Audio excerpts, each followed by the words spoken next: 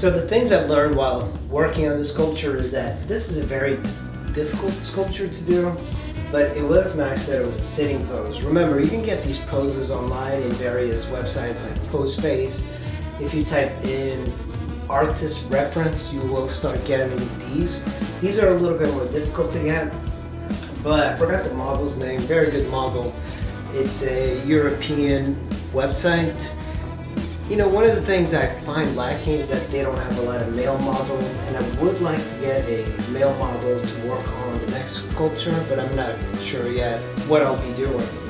So what I did is I hollowed out the torso down to the bottom here, and once this dries, I'm going to remove a little bit more where she's sitting. The thighs are also hollow, and it's hollow up here. I hollowed this side as well, which is the pelvis. And another thing to note, because the leg is extended, I had to use a very medieval prop, which is just a chunk of clay like this. And if you put it like this, holding up the leg, it keeps this from drying out way too fast and to break it off.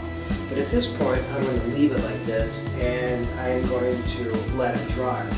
There is a technique to drying, and you don't want to just let this dry completely.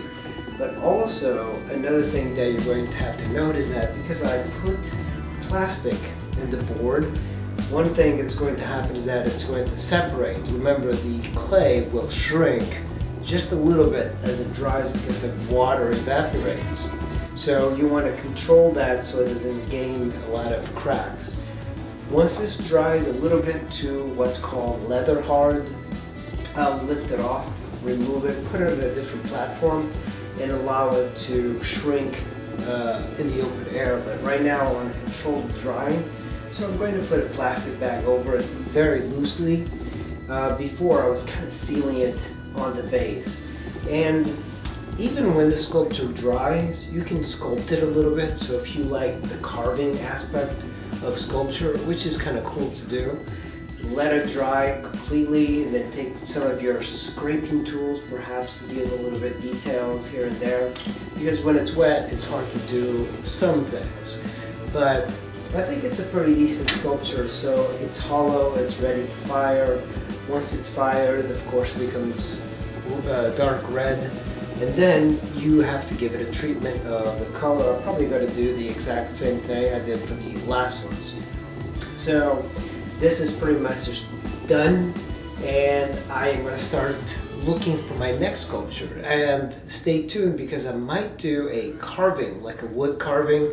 So I'm looking for a piece of oak that I can use a Dremel and carve out the sculpture. So this is the figure. I hope you guys enjoyed the sculpture, and I'll see you in the next video. Thanks for watching.